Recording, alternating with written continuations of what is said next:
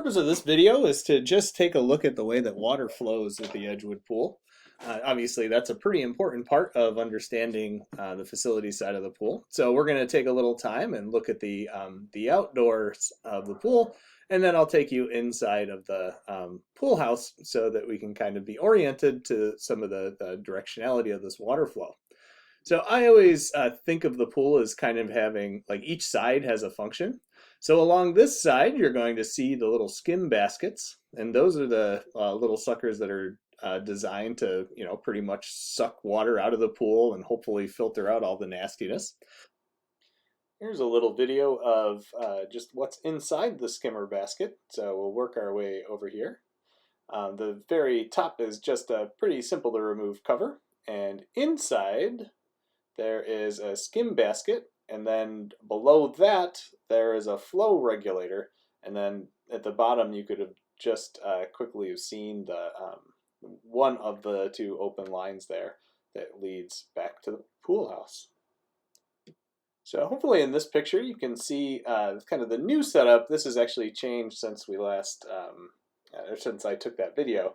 So now you'll probably see this skim sock that's actually placed over the skim basket, and then I very conveniently have a rock to kind of hold it down, hoping that that'll help to filter out a little bit of the hair that makes its way back to the pump.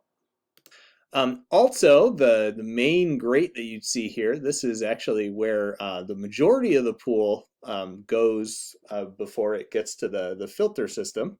So this, I would say, probably does about 30% of the return work, and this does about 70% of the return work. Here's a kind of more schematic diagram of exactly what's going on. So over here you see the skimmers, and obviously these skimmers all lead to kind of a main line that ultimately end up in the pool house, and I'll show you exactly where. This primary return also ends up in the pool house in a slightly different path from the skimmers. And then this other side of the pool, the whole idea here is that this is where the jets are, right? The return jets, the things that actually send water back into the pool. The main one is actually down at the end here, which I'll kind of point out to you in the picture in just a second. And then there are actually three different return jets over on this side. I shouldn't call them returns, I guess they're just jets. And then, of course, if you took a look at the internal vacuum video, you will know that there's this little tiny port where you actually attach the vacuum tubing. And of course, this thing has its own individual place that it goes in the pool house, which we'll take a look at in just a second. Looking at the front of the pool, the vacuum jet is right about there, and then those three kind of mini return jets are right there. Here's just a quick video showing you where one of the return jets is, those little white things. And then, of course, we've got the main return jet, which delivers most of the water to the pool way on the north side of this deep end here. There's the main return jet. Here's a schematic that shows the inside of the pool house.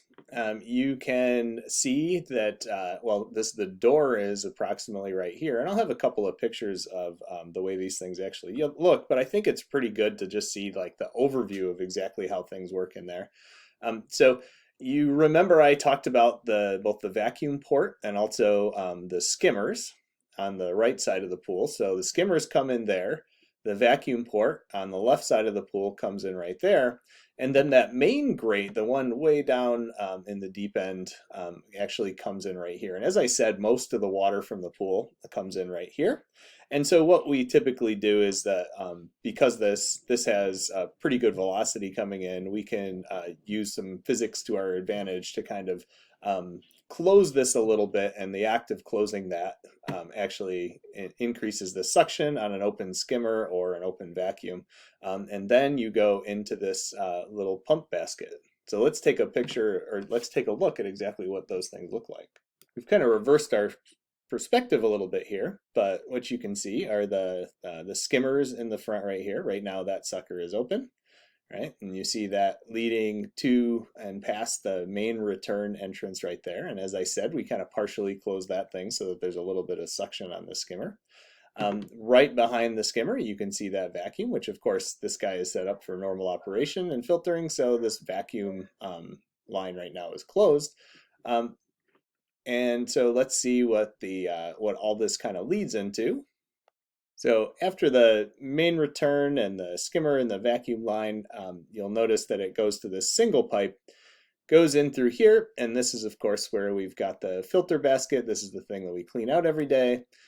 This is the pump. It's an impeller pump that has a big mechanism in here that spins around really fast once you turn on the power, and it causes water to be pressurized, and it kind of heads its way towards the filter in this direction. So we'll go back to the schematic in just a second to see that.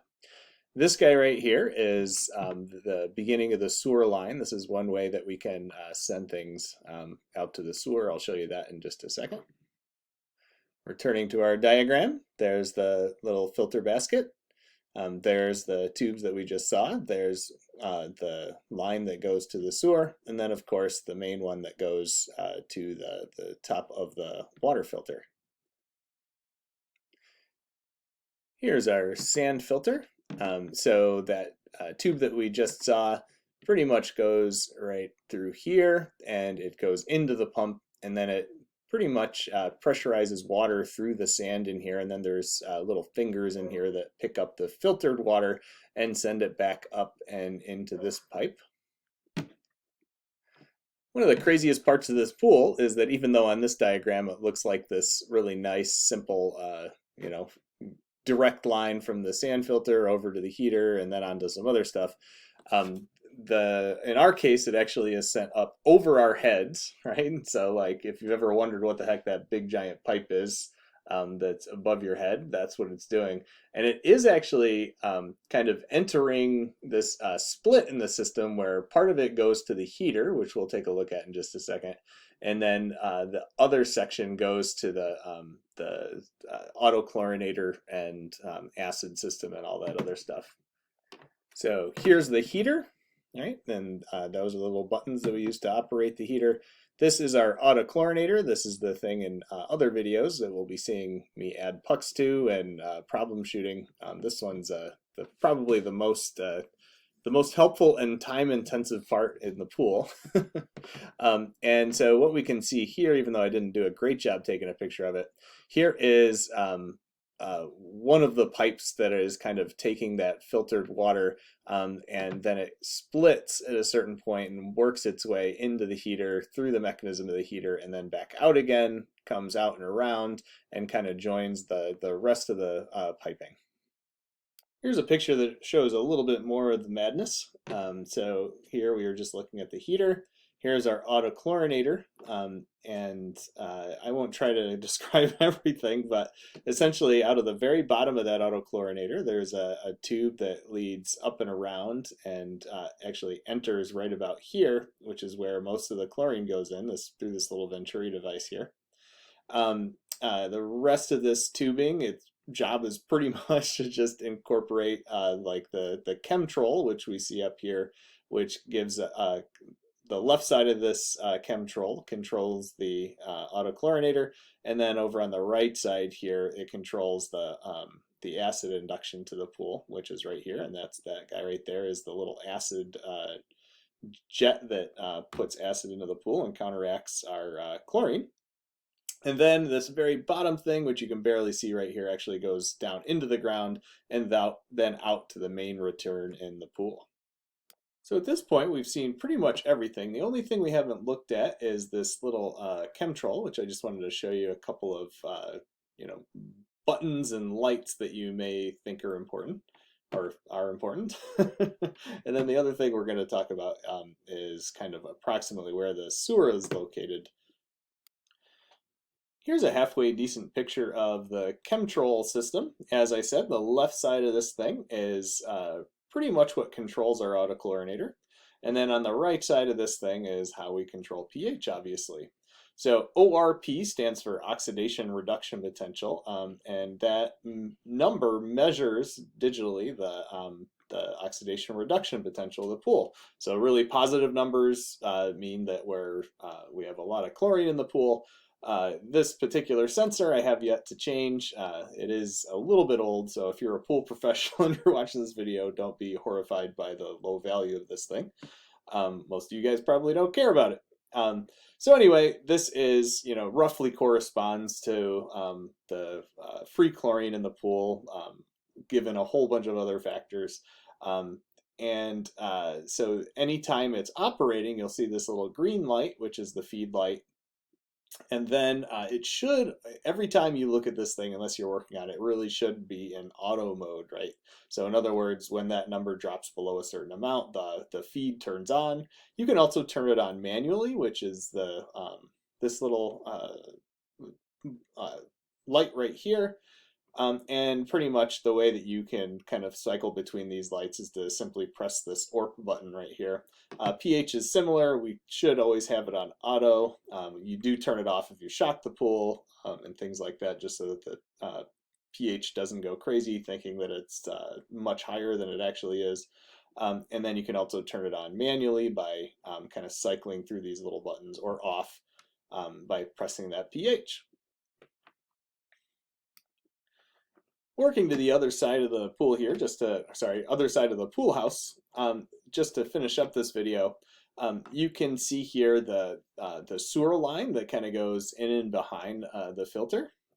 Typically, if we were going to do some sort of sewer vac, we would actually open this valve up. That'll be obviously a separate video. And then when we backwash the pump, there also is a sequence of tubes you can see here that lead directly to the sewer. And with that said, that's pretty much it. So hopefully you guys all got a little bit out of this presentation. I'll switch back real quick just to kind of see where we ended, which was right here.